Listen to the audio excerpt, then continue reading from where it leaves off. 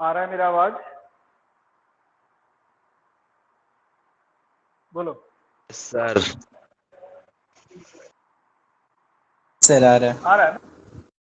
ठीक। Yes sir. चलो, तो हम लोग पढ़ रहे थे एसिड बेस सॉल्ट। ठीक है, तो अभी तक क्या क्या पढ़े हैं हम लोग, क्विक रिकैप एक बार कर लेते हैं। Acid, basis and salt, acid basis and salt, है ना? तो इसमें हम लोग क्या क्या पढ़ रहे थे वो देखते हैं। तो इसमें केमिकल प्रॉपर्टीज ऑफ एसिड पढ़ रहे थे हम लोग अभी। Chemical properties of N acid पढ़ रहे थे। तो उस केमिकल प्रॉपर्टीज में हम लोग देखे, सबसे पहला रिएक्शन जो देखे वो देखे रिएक्शन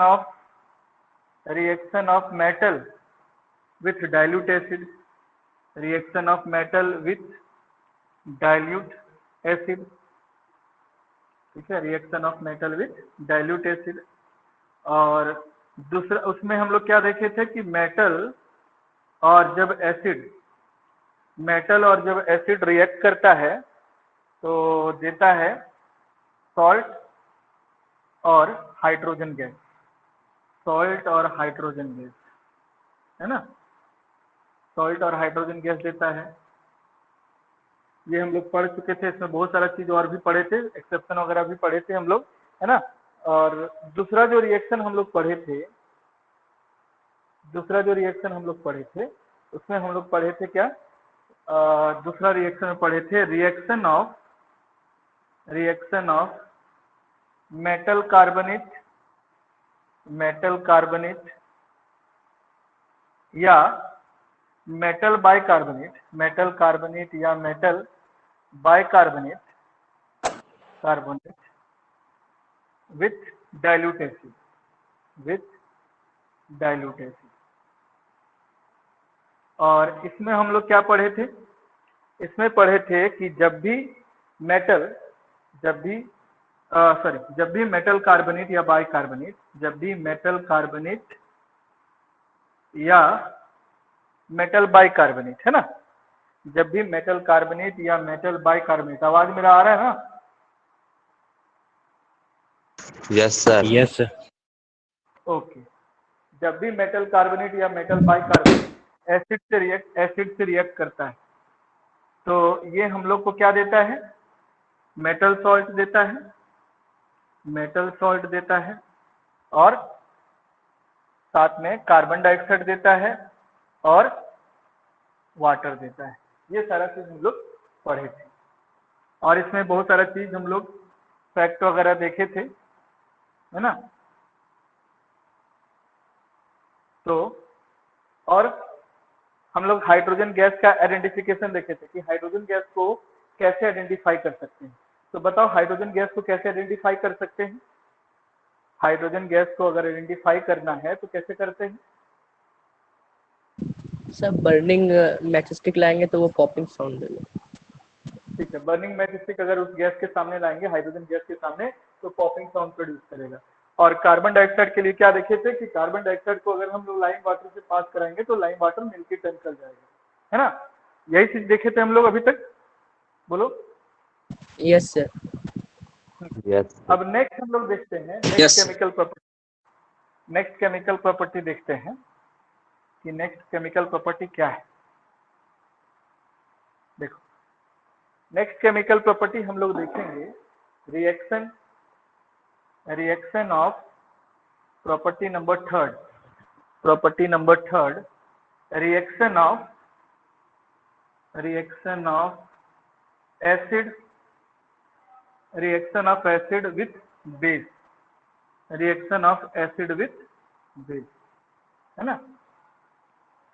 तो हर बार की तरह हम लोग जो जनरल फॉर्मूला होता है इसका वो लिख लेते हैं ताकि हम लोग को इक्वेशन लिखने में और समझने में आसान हो जाए। तो इसमें हम लोग को एसिड को किससे रिएक्ट करवाना है बताओ? फिर बेस से। बेस। तो हाँ, एसिड को अगर बेस से रिएक्ट करते हैं, एसिड प्लस बेस, तो ये हमको देता है सॉल्ट प्लस वाटर, है ना। एसिड को अगर हम लोग बेस से रिएक्ट करते हैं तो ये हम लोग को दे देगा सॉल्ट प्लस वाटर। और इस रिएक्शन को क्या बोलेंगे, टाइप ऑफ रिएक्शन अगर पूछेगा कि ये जो रिएक्शन हो रहा है वो बताओ कि कौन सा रिएक्शन है, तो हम लोग क्या बताएंगे? Neutralization reaction. Neutralization reaction. बहुत अच्छा, वेरी गुड, न्यूट्रलाइजेशन रिएक्शन बताएंगे हम, न्यूट्रलाइजेशन रिएक्शन, है ना। ये हो गया हमारा न्यूट्रलाइजेशन रिएक्शन। तो हम लोग लिख सकते हैं कि whenever acid react, when acid, या न्यूट्रलाइजेशन रिएक्शन का लिख सकते हैं कि न्यूट्रलाइजेशन रिएक्शन, न्यूट्रलाइजेशन रिएक्शन क्या होता है कि जब एसिड और बेस रिएक्ट करता है और सॉल्ट और वाटर बना देता है तो उस रिएक्शन को हम लोग बोलते हैं न्यूट्रलाइजेशन रिएक्शन। तो लिख सकते हैं reaction between acid and base, reaction between acid and base reaction between acid and base to form salt and water, to form salt and water is known as neutralization reaction. To form salt and water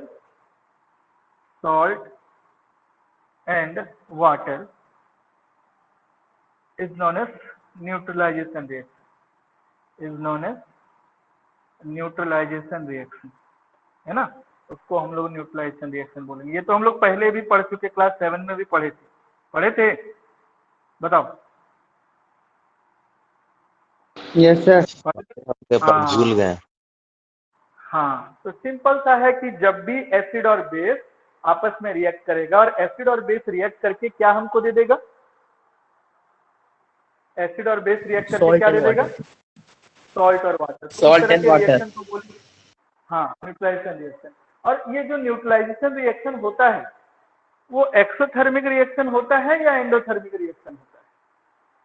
neutralisation reaction होता है तो exothermic. बहुत अच्छा, बहुत बार पूछेगा कि ये जो रिएक्शन हो रहा है बीकर को छुएंगे तो क्या ऑब्जर्वेशन देखने को मिलेगा, तो बीकर या टेस्ट ट्यूब वार्म देखने को मिलेगा, क्योंकि जो न्यूट्रलाइजेशन रिएक्शन होता है वो एक्सोथर्मिक रिएक्शन होता है। तो हम लोग लिख सकते हैं कि neutralization reaction is exothermic reaction, neutralization reaction is a exothermic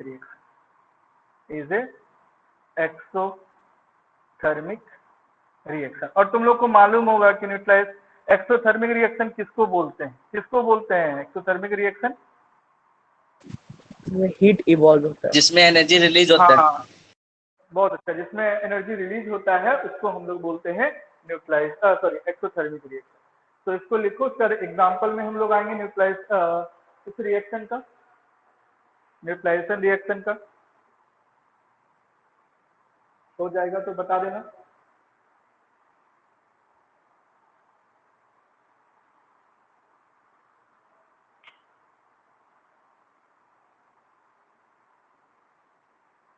हो गया?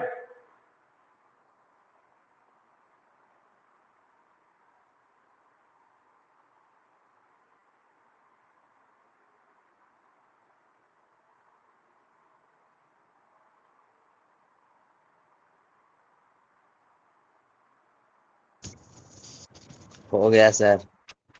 ओके, तो अभी हम लोग जो रिएक्शन देखे उसका एग्जांपल देख लेते हैं।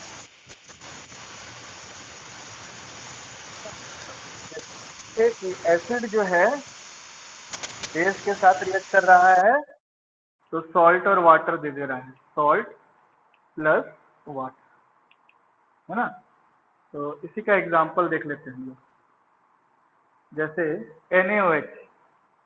NaOH क्या है, सोडियम हाइड्रोक्साइड एसिड है या बेस है? बेस है ना। हाँ, और HCl लिख दें, HCl क्या है, एसिड है ना। दोनों का एक्वस फॉर्म लेंगे, बात समझ में आया। तो इसका नाम हम लोग लिखते हैं सोडियम हाइड्रोक्साइड, जो कि एक बेस है। सोडियम हाइड्रोक्साइड जो कि एक बेस है, और इसका नाम है हाइड्रोक्लोरिक एसिड। हाइड्रोक्लोरिक एसिड जो कि एक एसिड है ना।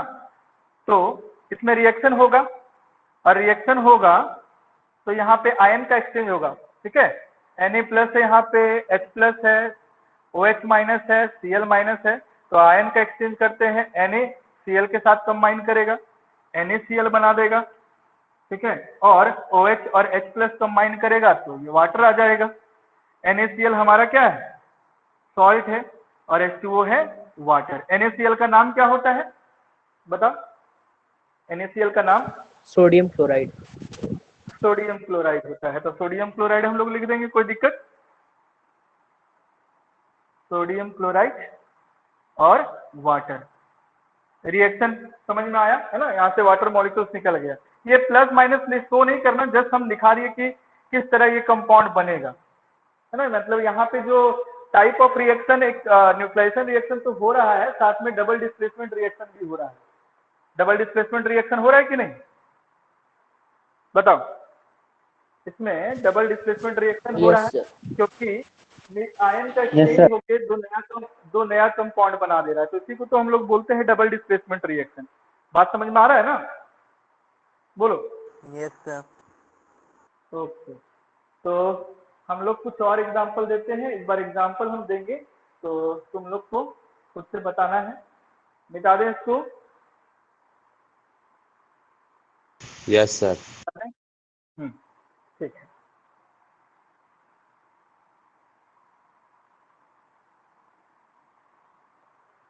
देखो नेक्स्ट एग्जांपल हम लोग लिखेंगे, हाँ, KOH, पोटेशियम हाइड्रोक्साइड ही है, पोटेशियम हाइड्रोक्साइड है। और हम लोग लिखेंगे दूसरा sulphuric acid, H2SO4, sulphuric acid. Aqueous ले लेते हैं, इसको भी एक्वस, इसको भी एक्वस, सल्फ्यूरिक एसिड। तो चलिए जल्दी से बताओ क्या देगा अगर KOH और H2SO4 पोटेशियम सल्फेट और वाटर। पोटेशियम सल्फेट का फॉर्मूला बताओ बाबू, क्या होगा पोटेशियम सल्फेट का फॉर्मूला बताओ। What is the formula of potassium sulphate? K2SO4 हो जाएगा, है ना। K2SO4 पोटेशियम सल्फेट, और साथ में हमको मिलेगा वाटर। साथ में हम लोग लिखेंगे वाटर, पोटेशियम सल्फेट और वाटर। और पोटेशियम सल्फेट क्या होता है, सॉल्ट होता है। पोटेशियम सल्फेट जो है वो सॉल्ट है, ये सॉल्ट है, और सॉल्ट के साथ हम लोग को वाटर मिला। तो हम लोग देख रहे हैं ना किस तरह एसिड बेस से रिएक्ट करके क्या बना दे रहा है, सॉल्ट और, बताओ, सॉल्ट और वाटर, ठीक है। चलो अब तुम लोग के सामने एक सिचुएशन रखते हैं, इसको लिख लिया, लिखा होगा तो बता देना।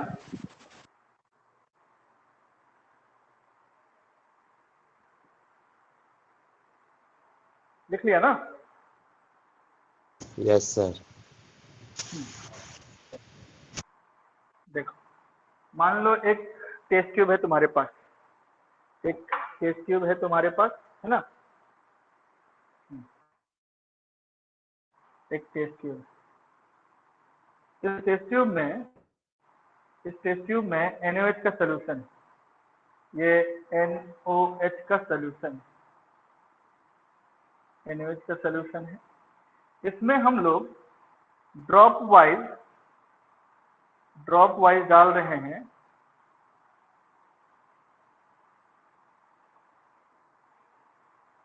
ये ड्रॉप वाइज डाल रहे हैं फिनोप्थेलिन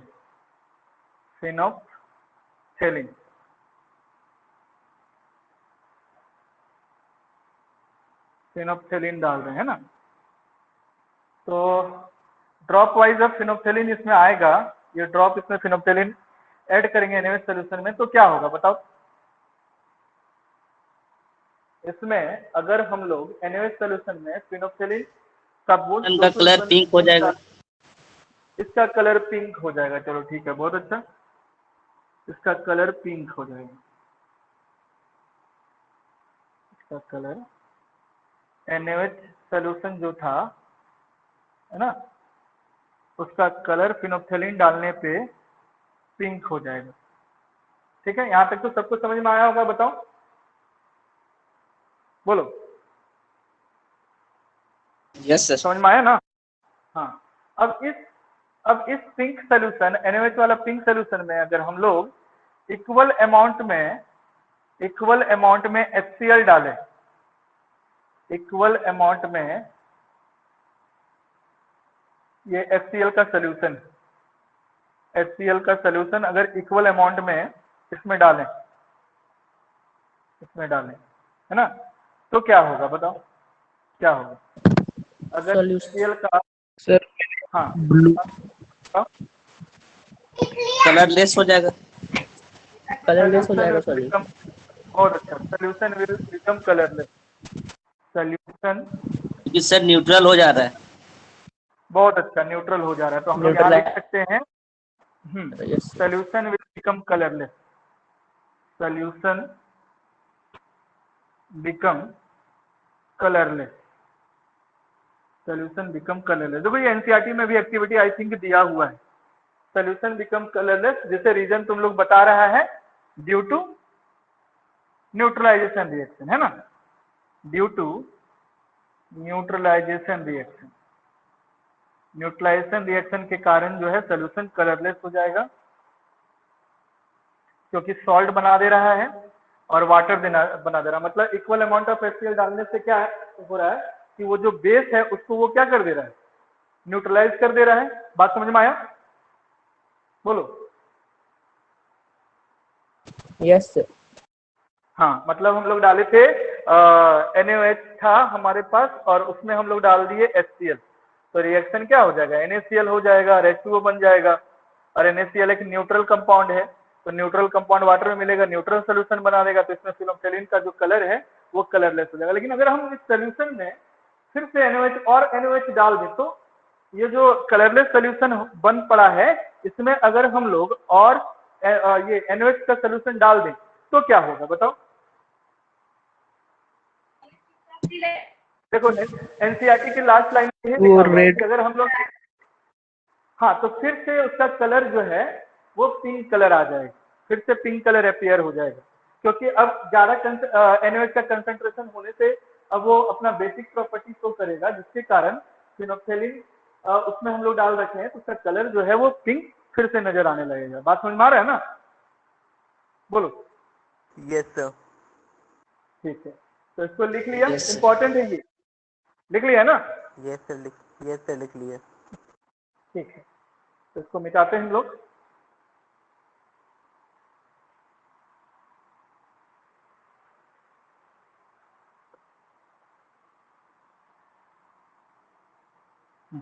नेक्स्ट है reaction of metallic oxide with acid, reaction of metallic oxide with acid, reaction of metallic oxide with acid, ठीक है। तो देखते हैं क्या हमारे सामने रिएक्शन आएगा। तो मेटालिक ऑक्साइड, तो सबसे पहले हम जान लेते हैं कि मेटालिक ऑक्साइड होता क्या है। कोई बता सकता है कि मेटालिक ऑक्साइड क्या होगा, मेटालिक ऑक्साइड क्या होगा, बोलो, मेटालिक ऑक्साइड क्या होगा। क्योंकि मैग्नीशियम ऑक्साइड, हाँ, मतलब ठीक है, मैग्नीशियम ऑक्साइड, सोडियम ऑक्साइड, लेकिन नेचर क्या है इस मेटालिक ऑक्साइड का, नेचर क्या है, नेचर समझना जरूरी है। जब तक किसी का नेचर समझ में नहीं आता है तब तक आगे का प्रोसेस समझ में नहीं आएगा, है ना। तो बेसिक होगा। हर बेसिक नेचर का होगा, है ना, चाहे कंपाउंड हो या आदमी हो, हर का नेचर पता होना चाहिए, समझ रहा है ना। तो नेचर, बेसिक नेचर। तो हम लोग यहाँ क्या लिखे कि मेटालिक ऑक्साइड किससे रिएक्ट करेगा, एसिड से रिएक्ट करेगा।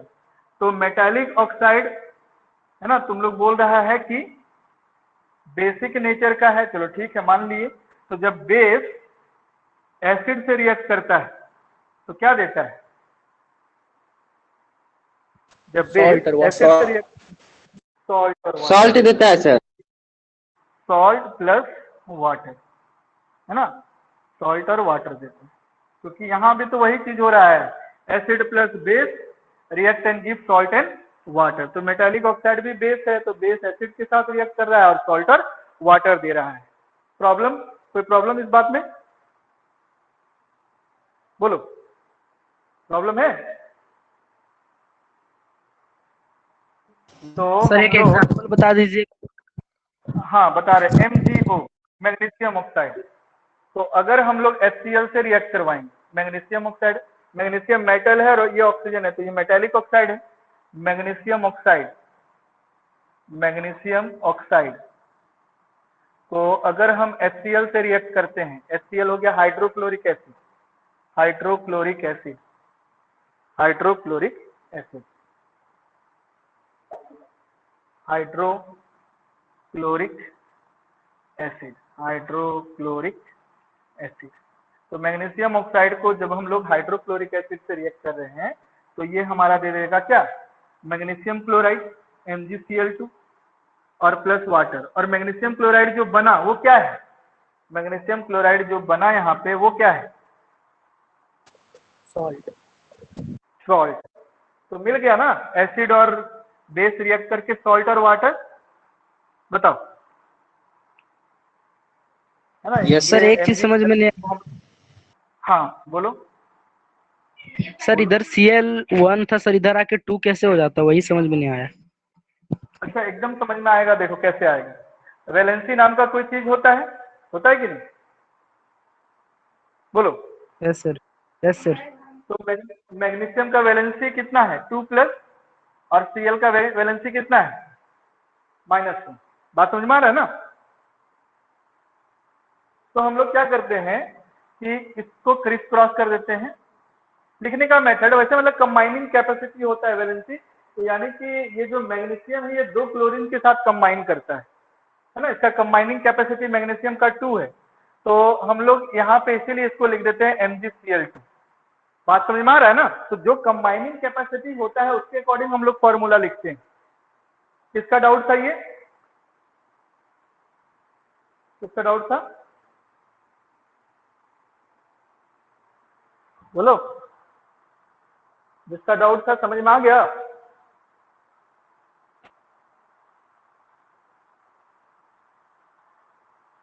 आगे बढ़ जाए, बोलो। हेलो, मेरा आवाज आ रहा है ना? Yes sir. Yes, ma'am. तो क्यों इस तरह का लिखते हैं वो पता चला, हम लोग कंबाइनिंग कैपेसिटी के अकॉर्डिंग लिखते हैं। तो इसलिए जब भी देखो, सबसे इंपॉर्टेंट क्या है कि जब भी फॉर्मूला लिखो तो उस टाइम हम लोग को वैलेंसी फॉलो करना पड़ता है ना? तो उसका वैलेंसी क्या है उसके हिसाब से हम उसका कंबाइनिंग कैपेसिटी देखते हैं और फॉर्मूला लिखते हैं। जैसे मान लो तुम लोग को बोल देंगे कि बताओ एल्युमिनियम ऑक्साइड का फॉर्मूला क्या है, चलो या तो एक रिएक्शन देते हैं, एक रिएक्शन देखते हैं, मिटा दें इसको, यस मिटा सर। ही देते हैं। Yes sir. जैसे एल्युमिनियम ऑक्साइड लिखे हैं, एल्युमिनियम ऑक्साइड, एल्युमिनियम ऑक्साइड भी मेटालिक ऑक्साइड है, एल्युमिनियम Al2O3 प्लस HCl। तो क्या फॉर्मूला होगा, कोई बताएगा? क्या फॉर्मूला हो जाएगा इसका? Sir, AlCl3 और H2O. अब बताओ AlCl3 क्यों लिखा तुम लोग? AlCl3 तो क्यों लिखा? एल्युमिनियम का वैलेंसी 3 है। एल्युमिनियम का वैलेंसी 3 है, ठीक है। एल्युमिनियम. तो हाँ, तो इसका कंबाइनिंग कैपेसिटी 3 है, तो 3 क्लोरीन के साथ कंबाइन कर सकता है और साथ में यहाँ हम लोग को वाटर मिलेगा। इक्वेशन बैलेंस नहीं है तो कर लेते हैं बैलेंस।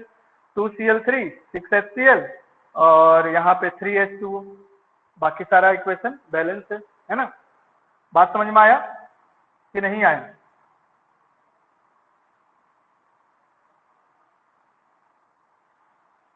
बात समझ में आ गया, बताओ। यस। ठीक, तो मिटा दें इसको। Yes. Yes, sir.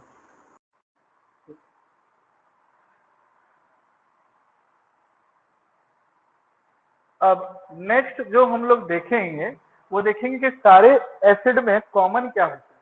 तो what is common in all acid, what is common, what is common, what is common in all acid, what is common in all acid. तो बता सकता है सारे एसिड में कॉमन क्या है, what is common in all acid. Aqueous solution में H+ ion देता है उसको।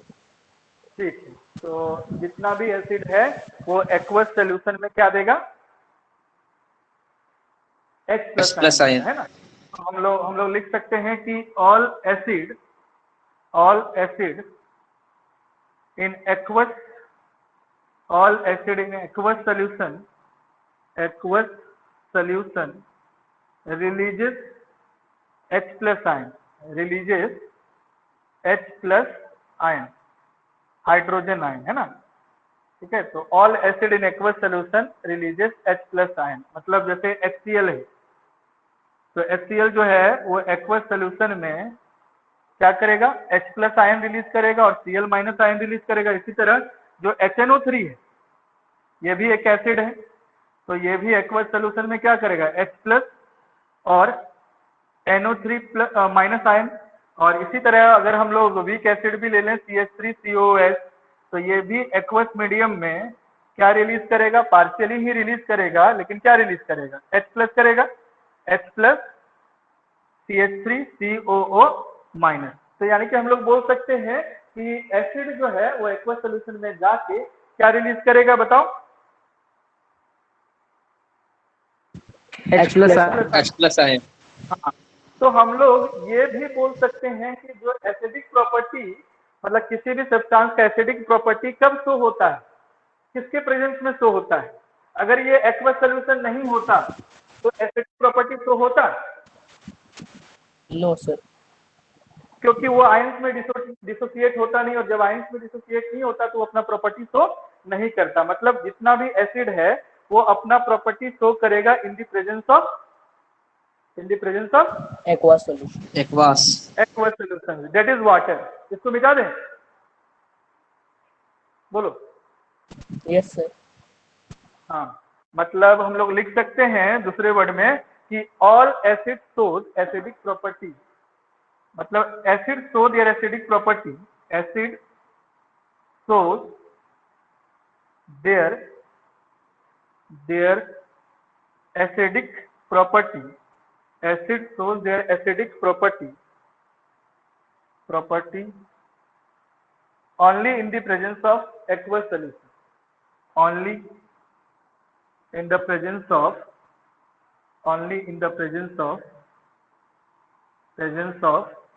aqueous solution, that is water, aqueous solution that is water, है ना। तो वाटर में ऐसा क्या खूबी है, वाटर में ऐसे क्या खूबी है कि वो एसिड के जो आयंस है उसको आयोनाइज कर देता है, एसिड के जो आयंस है उसको आयोनाइज कर देता है। तो वाटर में ऐसा क्या खूबी है, कोई बता सकता है, बोलो। सर उसमें बोलो, ठीक है, जो आ रहा है वो बोलो।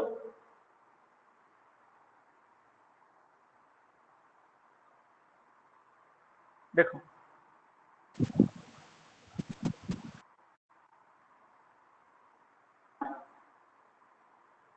वाटर का डाइलेक्ट्रिक कांस्टेंट बहुत हाई होता है, water has high dielectric constant, water has high dielectric constant. तो ये हम लोग हायर क्लास में पढ़ते हैं डाइलेक्ट्रिक कांस्टेंट, लेकिन अभी सिंपल में हम लोग समझ सकते हैं कि ऐसा प्रॉपर्टी है ना, किसी सब्सटेंस का ऐसा प्रॉपर्टी जिसके कारण वो दूसरे के बॉन्ड को कमजोर कर दे, वीक कर दे, तो उस प्रॉपर्टी को हम लोग बोलते हैं डाइलेक्ट्रिक कांस्टेंट। ये तो सिंपल वाला समझ में आया होगा, बताओ, बोलो। डाइलेक्ट्रिक यस सर, समझ कांस्टेंट में आ गया। ऐसा प्रॉपर्टी होता है जिसके कारण वो दूसरे के बॉन्ड को वीक कर देता है। तो बॉन्ड को वीक कर देता है यानी कि HCl के बॉन्ड को वीक करके उसको आयनाइज कर देता है। बात समझ में आया ना? बोलो।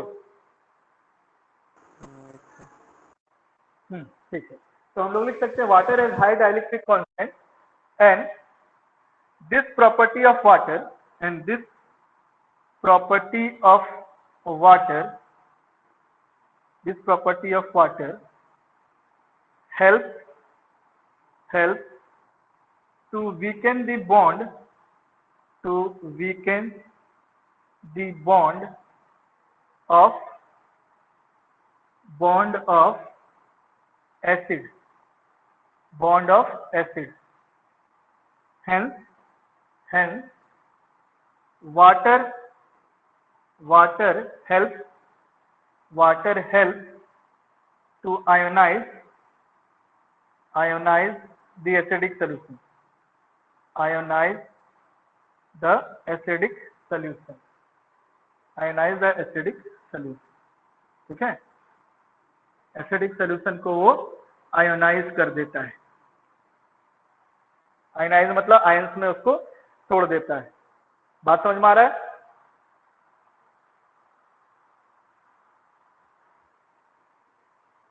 बात समझ में आया ना?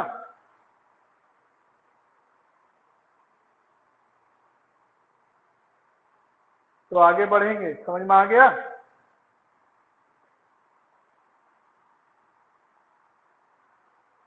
Yes sir. Okay,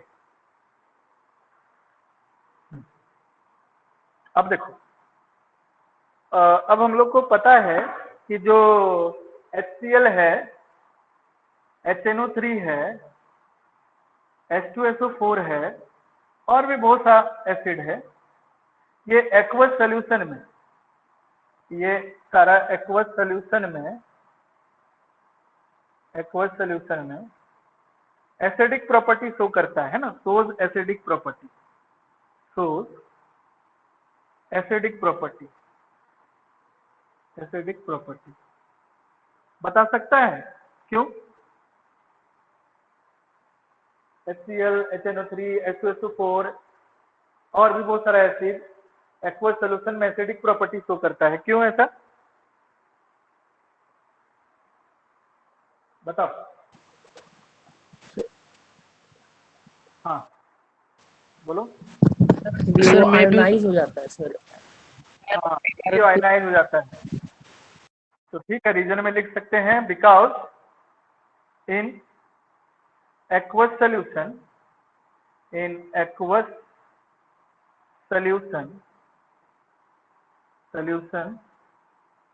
they releases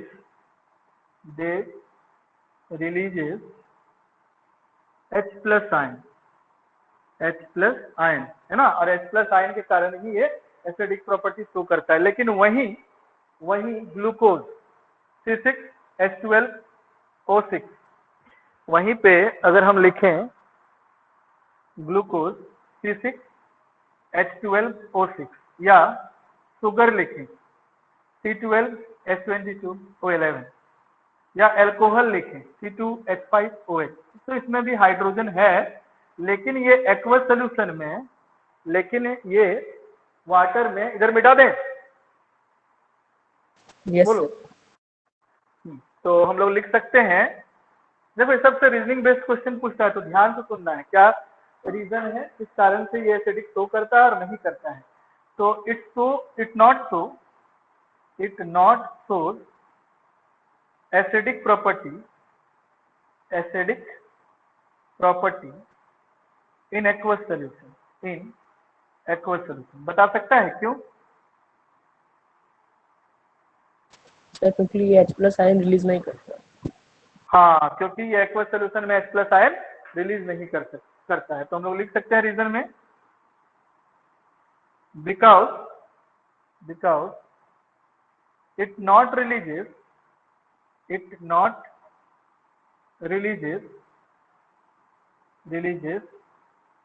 H plus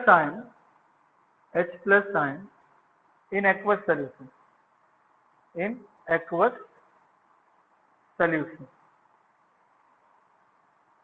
ठीक है?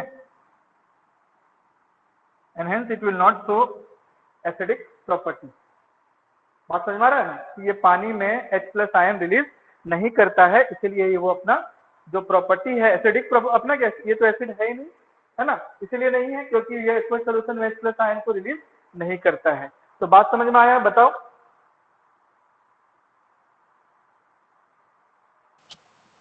Yes sir.